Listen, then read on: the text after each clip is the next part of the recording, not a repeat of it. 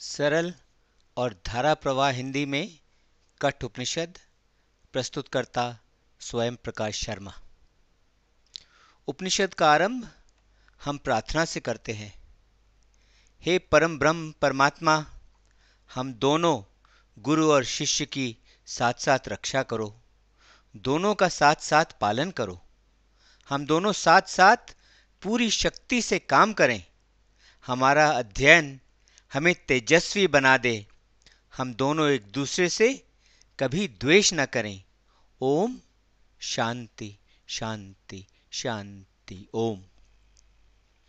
कठ उपनिषद, जिसे कठक उपनिषद भी कहते हैं, हिंदू धर्म के 11 मुख्य उपनिषदों में से एक है।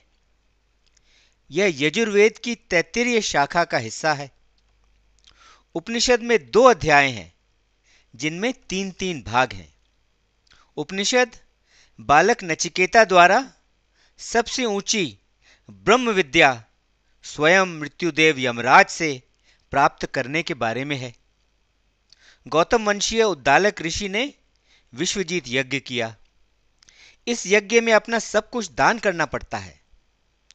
उद्दालक का नचिकेता नाम से एक अति धर्मपरायण पुत्र था, जिसकी छोटी आयु होते हुए भी धर्म और अपने पिता में असीम श्रद्धा थी। नचिकेता ने पिता द्वारा दान में दी जा रही बूढ़ी और जर्जर अवस्था वाली गायों को देखा तो उसे लगा कि पिता के इन बेकार और अनुपयोगी गायों को दान में देना पिता को पुण्य के बजाय पाप का भागी बनाएगा। यह सोचते हुए बालक ने पिता से कहा, पिताजी, दान में तो प्रिय वस्तु दी जाती है, अतः आप मुझे किसे दान में दोगे?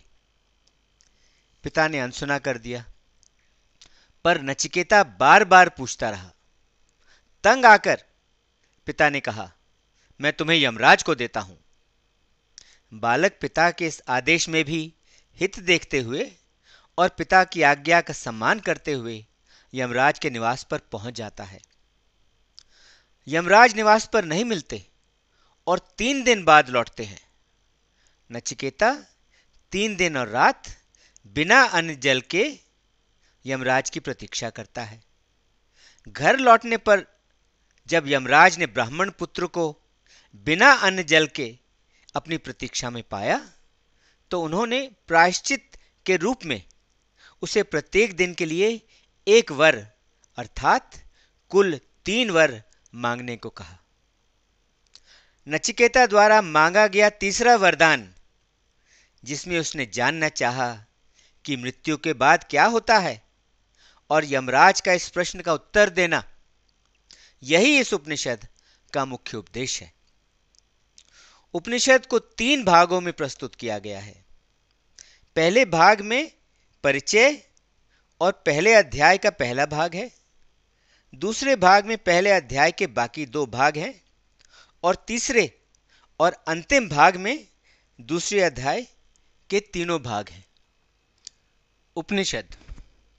बहुत समय पहले भारतवर्ष में गौतम वंश में उद्दालक नाम के ऋषि हुए, जिनका नचिकेता नाम का धर्मपरायण एक पुत्र था। स्वर्ग की इच्छा से और धर्म प्रसिद्धि पाने के लिए उन्होंने विश्वजीत यज्ञ किया। यज्ञ समाप्त होने पर यज्ञ के नियमों के अनुसार उन्होंने अपनी सारी संपत्ति दान कर दी। दान में दी जा रही गायें भी थी, जो जर्जर अवस्था में थी।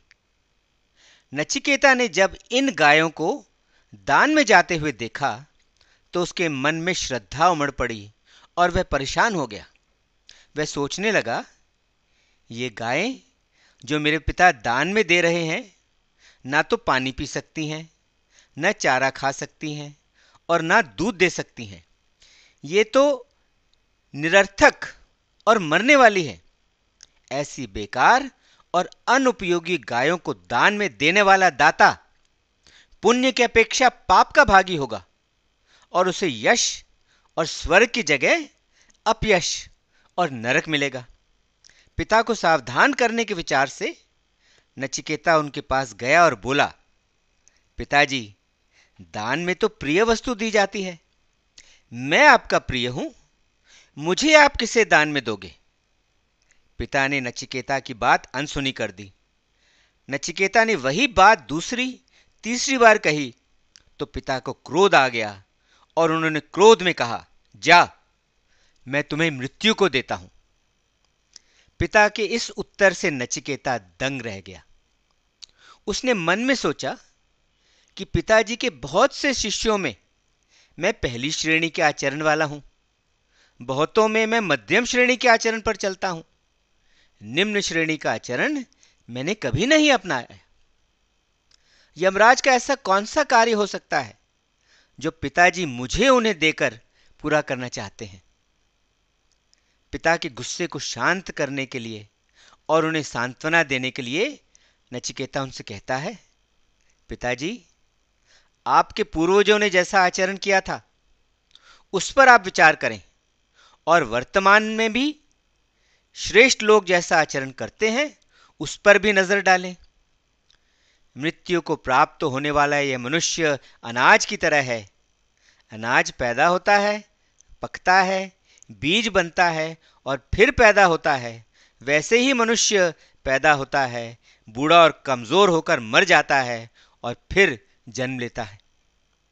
पिता की आज्ञा का पालन करते हुए नचिकेता यमराज के निवास पर पहुंच जाता है। यमराज के घर पर न होने के कारण वह 3 दिन और रात बिना खाए पिए यमराज की प्रतीक्षा करता है। यमराज के लौटने पर उनको बताया जाता है कि स्वयं अग्निदेव ब्राह्मण अतिथि के रूप में घरों में आते हैं। उनको जल और आसन देकर शांत किया जाता है। जिस व्यक्ति के घर में ब्राह्मण अतिथि बिना अन्न जल के भूखा प्यासा रहता है, वह मंद बुद्धि और पापी पुरुष उन सब सुखों से वंचित रह जाता है जिनकी वह आशा और प्रतीक्षा करता है। उसकी इच्छा पूर्ति के सभी सुख और उसका सब कुछ, उसके पुत्र, उसके पशु, उसकी संपत्ति और उसका धन दौलत सब नष्ट हो जाते हैं। यमराज तुरंत नचिकेता के पास गए और उसका उचित सत्कार करने के बाद बोले, हे ब्राह्मण देवता, आपको नमस्कार। आप नमस्कार करने योग्य अतिथि हैं। अपने कल्याण हेतु मैं आपको नमस्कार करता हूं और आप जो बिना अन्न जल के मेरे निवास में 3 दिन और रात रहे हो, उसके उपलक्ष्य में मैं प्रत्येक दिन रात के लिए एक एक करके तुम्हें 3 वरदान देता हूं। मांगो। नचिकेता का पहला वरदान, हे देव, मेरे पिता का जो मेरे प्रति क्रोध है वो शांत हो जाए और वो खेद रहित हो जाए। आप द्वारा वापस भेजे जाने पर मुझे मृत्यु के मुख से जीवित लौटा देखकर वे प्रसन्नचित होकर मुझे अपने बेटे के रूप में पहचान ले और मुझसे स्नेह और प्रेम से मिले। यह मेरा आपसे पहला वरदान है। यमराज उत्तर देते हैं, नचिकेता, मेरी कृपा और प्रेरणा से तुम्हारे पिता उद्दालक तुम्हें मृत्यु के मुख से छूटा हुआ देखकर पहले की तरह दुख और क्रोध से रहित होकर प्रसन्नता से तुम्हें अपना पुत्र नचिकेता जानकर खुश होंगे। वे अपना शेष जीवन खुशी से बिताएंगे और रातों को चैन से सोएंगे। यह मेरा तुम्हें पहला वरदान है। अब दूसरा वरदान मांगो। नचिकेता का दूसरा वरदान, हे देव, स्वर्गलोक में जरा भी भय नहीं है। वहां ना तो आप मृत्युदेव हैं और ना ही वहां मृत्यु का भय है। वहां बुढ़ापे का भी भय नहीं है। स्वर्गलोक में ना तो भूख प्यास है और ना ही शोक आदि है। लोग वहां इन सब से पार होकर आनंद भोगते हैं। आप इस स्वर्ग को प्राप्त कराने की साधन अग्नि को जानते हो। मुझ श्रद्धालु को यह अग्नि विद्या अच्छी तरह समझाकर बताओ। स्वर्ग लोक के निवासी अमरता को कैसे प्राप्त होते हैं, इस रहस्य को मुझे अच्छी तरह समझाओ। यह मेरा दूसरा वर है। यमराज उत्तर देते हैं, नचिकेता, स्वर्ग को देने वाली अग्नि को मैं अच्छी तरह जानता हूं। मैं तुम्हें यह बताता हूं और तुम भी मुझसे इसे अच्छी तरह सीख लो। यह विद्या अविनाशी है, अर्थात यह अनंत लोक को प्राप्त कराने वाली है। यह अग्नि विद्या उसका आधार स्वरूप है और यह विद्वानों के बुद्धि रूप हृदय की गुफा में छिपी रहती है। यमराज ने तब विश्व के कारण रूप अग्नि विद्या का नचिकेता को उपदेश दिया। अग्नि यज्ञ की विधि समझाते हुए कुंड निर्माण में जो और जितनी ईंटें आदि की जरूरत होती है और उन ईंटों का चयन कैसे किया जाए, यह सब विस्तार से बताया। फिर यमराज ने नचिकेता से पूछा कि क्या उसे यह सब समझ में आ गया है। तो नचिकेता ने जैसे यमराज ने उसे समझाया था ठीक वैसे ही हूबहू यमराज को सुना दिया, जिसे सुनकर यमराज अति प्रसन्न हुए और बोले, हे नचिकेता, मैं तुम्हारी तेज बुद्धि और स्मरण शक्ति से बहुत खुश हूं और तुम्हें यहीं इसी वक्त एक और वरदान देता हूं कि अब से यह अग्नि विद्या तुम्हारे नाम से जानी जाएगी और उसी से प्रसिद्ध होगी। इसके साथ मैं तुम्हें यह अनेकों आकारों वाली रत्नों की माला भी देता हूं, जिसे तुम स्वीकार करो। यमराज आगे कहते हैं, जो इस अग्नि का 3 बार अनुष्ठान कर लेता है, जिसने माता पिता और आचार्य इन तीनों से एकता और मिलन पा लिया है, और जो ये 3 धार्मिक क्रियाएं शास्त्रों का अध्ययन, पूजा पाठ और जरूरतमंदों को दान, जो यह सब करता है, ऐसा व्यक्ति जन्म मरण को पार कर जाता है। वह ब्रह्म से उत्पन्न इस सृष्टि को जानने वाले पूजनीय अग्निदेव को भी अच्छी तरह से जान लेता है और उसका निष्काम भाव से चयन करके असीम शांति को प्राप्त कर लेता है, जो मुझे प्राप्त है। जो इन कर्तव्यों को, उनके सही और सच्चे स्वरूप को अच्छी तरह समझकर अग्नि यज्ञ का हवन कुंड तैयार करके नचिकेता यज्ञ 3 बार करता है और उस अग्नि पर ध्यान लगाकर तप करता है, ऐसा व्यक्ति मृत्यु के बंधनों को तोड़कर फेंक देता है। वह शोक को पार करता है और स्वर्ग लोक में पहुंचकर खुशियां मनाता है। हे नचिकेता,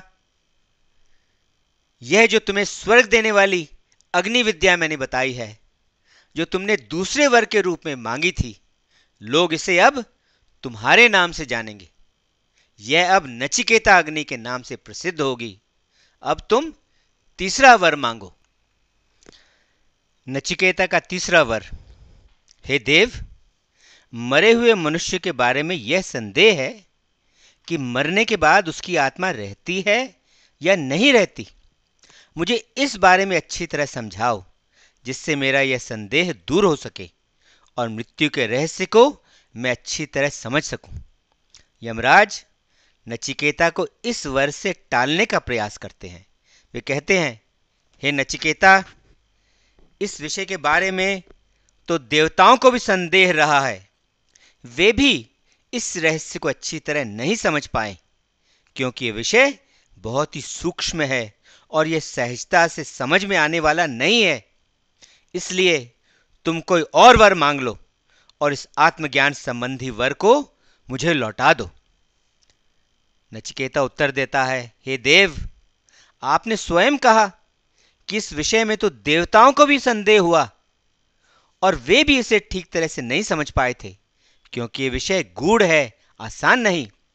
इसके अलावा मृत्यु के रहस्य के बारे में बताने के लिए आप यमराज, जो स्वयं मृत्यु के देव हैं, आपसे बढ़कर और आपसे बेहतर आचार्य मुझे कहां मिलेगा, जो मुझे मृत्यु के बारे में अच्छी तरह समझा सके। इसलिए मैं समझता हूं कि इसके बराबर और कोई भी दूसरा वर नहीं हो सकता। मुझे तो यही वर चाहिए।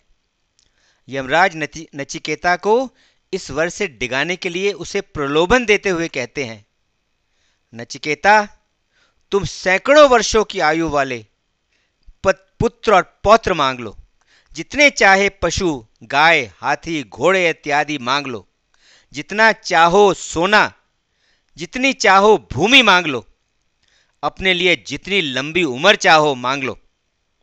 हे नचिकेता, इस आत्मा संबंधी वरदान की जगह तुम धन दौलत, संपत्ति और अनंत काल तक रहने वाले जीने के साधनों को भोगना चाहते हो तो मांग लो। यदि तुम इस पृथ्वी के चक्रवर्ती सम्राट बनना चाहते हो तो तुम्हें मैं वो भी बना देता हूं। पर नचिकेता अपने निश्चय पर डटा रहा। यमराज उसे और प्रलोभन देते हैं।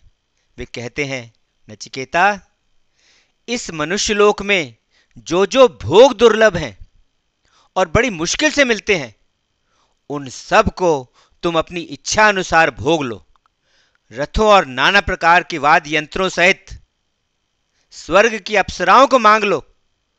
जो स्त्रियां मनुष्यों को कभी नहीं मिल सकती, मैं तुम्हें दूंगा। मेरी दी गई इन सुंदर स्त्रियों से तुम अपनी सेवा कराओ। परंतु नचिकेता, मरने के बाद क्या होता है, इस विषय के बारे में मुझसे मत पूछो। नचिकेता अपने निश्चय पर दृढ़ रहता है और कहता है, हे देव, जिन भोगों का आपने वर्णन किया है वे सब और उनसे प्राप्त होने वाले सभी सुख, ये सब के सब तो अस्थाई और क्षणभंगुर ही हैं। ये सब मनुष्य के अंतःकरण और उसकी इंद्रियों के तेज और शक्ति को कमजोर और क्षीण कर देते हैं। इसके अलावा आयु चाहे कितनी भी लंबी क्यों ना हो, अल्प ही रहती है, छोटी ही रहती है। ये आपके रथ, ये आपके वाहन तथा ये आपकी अप्सराएं और उनके लुभाने वाले नृत्य गान, इन सब को आप अपने पास ही रखो। मुझे ये सब नहीं चाहिए। हे देव, धन दौलत से तो मनुष्य कभी तृप्त नहीं हो सकता, और जब हमने आपके दर्शन पा लिए हैं तो धन दौलत तो हमें मिल ही जाएगी। लेकिन जब तक आप शासन में हैं और जब तक मृत्यु का साया हमारे सर पर है, तब धन दौलत का आनंद हम कैसे ले सकते हैं। इसलिए मुझे ये सब नहीं चाहिए। मुझे तो केवल आत्म ज्ञान ही चाहिए। मनुष्य तो बूढ़ा होने वाला और मरण धर्मा है। इस रहस्य को अच्छी तरह से जानने वाला मनुष्य लोक में रहने वाला कौन सा ऐसा व्यक्ति होगा जो आप जैसे मृत्यु रहित और अमर महात्मा का संग पाकर भी थोड़े समय तक रहने वाले सौंदर्य, क्रीड़ा और आमोद प्रमोद का आनंद लेते हुए और उनके बारे में सोचते हुए अधिक आयु तक जीवित रहने से प्रेम करेगा। कौन इनमें लिप्त रहना चाहेगा। हे देव, जिस महान, आश्चर्यमय, परलोक संबंधी आत्मज्ञान के विषय में लोग यह संदेह करते हैं कि मनुष्य के मरने के बाद उसकी आत्मा रहती है या नहीं रहती, इसके बारे में मुझे बताओ। जो यह अति गंभीर वर है, इसे ही मैं मांगता हूं, और इसके अलावा मुझे कोई और दूसरा वर नहीं चाहिए। पहला भाग समाप्त। ओम शांति शांति शांति। ओम।